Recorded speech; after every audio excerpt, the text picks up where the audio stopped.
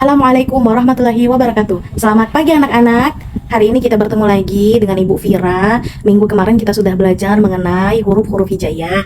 Nah, sekarang kita sudah mulai masuk bab 1, yaitu tentang mari mengaji dan mengkaji Quran Surat Al-Hujurat, surah 49 ayat 13, dan hadis tentang keragaman. Namun sebelum itu, ada baiknya kita berdoa bersama-sama. Namun doanya masing-masing nak ya, agar lebih mempersingkat video dan tidak bertele-tele. Marilah kita bersama-sama berdoa. Berdoa dimulai. Oke, berdoa selesai. Nah, sebelum kita masuk di pembelajaran kita hari ini, kita harus mengetahui apa saja tujuan pembelajaran kita. Nah, untuk hari ini tujuan pembelajaran kita ialah membaca Quran Surat Al-Hujurat surah 49 ayat 13 dengan tartil. Kemudian bisa menjelaskan pesan pokok Quran Surah Al-Hujurat surah 49 ayat 13 dengan baik.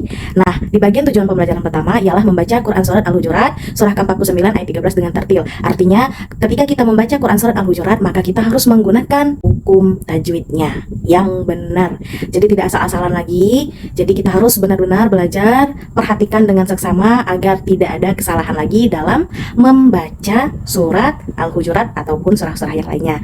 Kita tahu sendiri yang namanya hukum tajwid itu ada banyak nak. Nun mati, ada juga mim mati atau mim sukun atau nun sukun, kemudian yang lainnya. Itu harus kalian pelajari. Untuk melengkapi atau lebih agar belajarnya enak, kalian ibu wajibkan untuk membeli atau mencari buku hukum tajwid.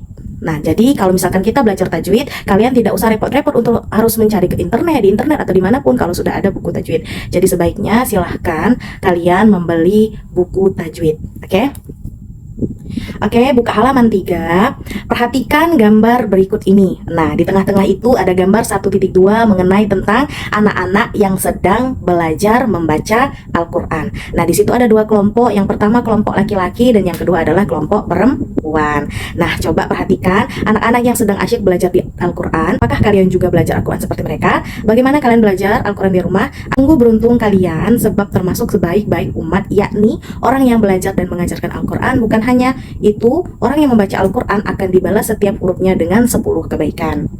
Jadi ketika kita membaca Al-Quran, maka kita akan mendapat 10 kebaikan dari setiap huruf yang kita baca.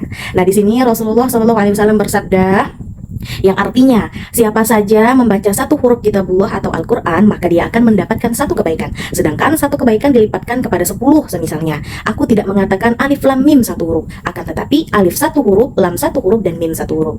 Hadis riwayat At-Tirmizi dari Abdullah ibnu Mas'ud.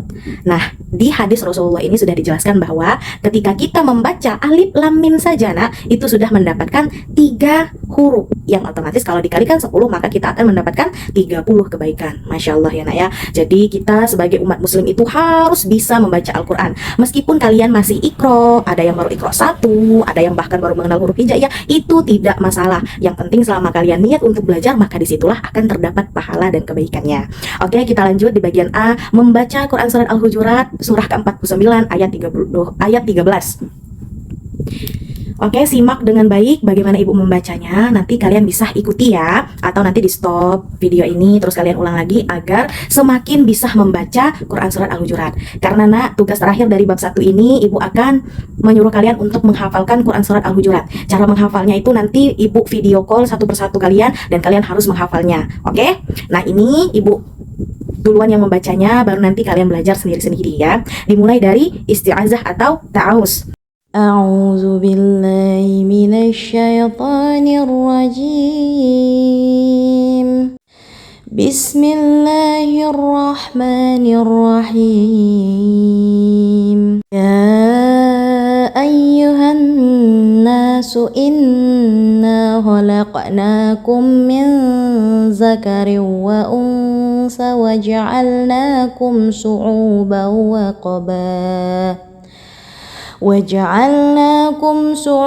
وقبائل لتعارفوا إن أكرمكم عند الله أتقاكم إن الله عليم خبير Sadaqallahul azim. Nah itu tadi bacaan Quran Surah Al-Hujurat surah ke-49 ayat 13. Jadi ketika kalian membaca Al-Quran, perhatikan benar makhrajul huruf dan hukum bacaan tajwid yang terdapat pada bacaan tersebut. Jadi di Quran Surah Al-Hujurat ini coba kalian perhatikan, kalian zoom atau kalian perhatikan di buku itu terdapat ada warna biru, ada warna merah dan juga ada warna hijau. Nah di sini menunjukkan hukum tajwid. Nah selain kalian harus benar-benar mengetahui makhrajul hurufnya, kalian juga harus mempelajari hukum bacaan tajwid. Seperti yang Ibu jelaskan di awal tadi, ketika kalian sudah mempunyai buku tajwid nanti, maka kalian akan sangat mudah mempelajari hukum tajwid-tajwid yang ada di dalam Al-Quran. Kenapa sih kita harus belajar hukum tajwid itu? Karena kalau misalkan kita tidak belajar hukum tajwid secara benar, maka yang kita baca itu juga akan salah. Jadi pada saat membaca Al-Quran itu harus memang benar-benar ada hukum tajwidnya. Bagaimana Bu kalau kami yang masih belajar? Nah itu pengecualian. Nah kalau misalkan kalian dalam tahap mempelajarinya atau belajar, maka itu juga akan mendapat pahala karena kalian sudah ada niat untuk bisa. Nah kalau kalian sudah bisa, sudah mengerti, maka pahala yang bakal kalian dapat itu makin banyak. Jadi harus belajar pakai hukum tajwidnya ya. Nah, kita balik di halaman 4. Nah, di sini tadi Ibu sudah bilang kan kalau ada tanda biru, merah dan juga hijau. Nah, di sini katanya warna biru itu menunjukkan bacaan mat atau panjang. Nah, jadi ketika kalian menemukan yang petunjuk tadi ada warna biru kan? Tuh, di sini juga ada biru, di sini, di sini. Nah, banyak ini, maka dinamakan bacaan mat. Maka harus dibaca panjang. Makanya di awal tadi Ibu pakai ya agak sedikit panjang. Yang pertama karena ada harokat, yang kedua ada bacaan mat. Ya. Terus juga tadi ada yang warna merah. Nah, di sini juga ada warna merah. Nah, merah ini menunjukkan dia bacaan gunnah. Jadi kalau bacaan gunnah itu mendengung dua harokat. Cara bacanya kayak tadi inna nah ada sedikit sedengungnya ya nak ya. Kemudian yang ketiga itu warna hijau menunjukkan bacaan qalqalah, berarti dia harus dipantulkan. Khalaqnakum inna khalaqnakum. Oke. Nah itu tadi hukum bacaan yang akan kita pelajari, hukum bacaan tajwid. Yang pertama itu ada bacaan mat, kemudian gunnah, kemudian ada qalqalah.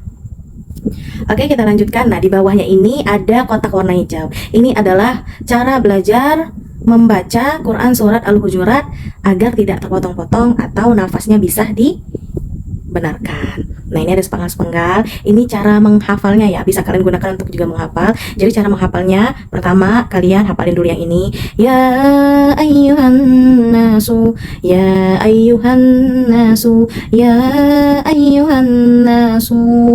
Dihafal terus berulang-ulang. Kalau sudah di luar kepala baru dilanjut. Inna khalaqnakum, inna khalaqnakum. Ulang dari yang sini. Ya ayyuhan nasu, inna khalaqnakum. Nah, jadi terus diulang sampai kalian hafal.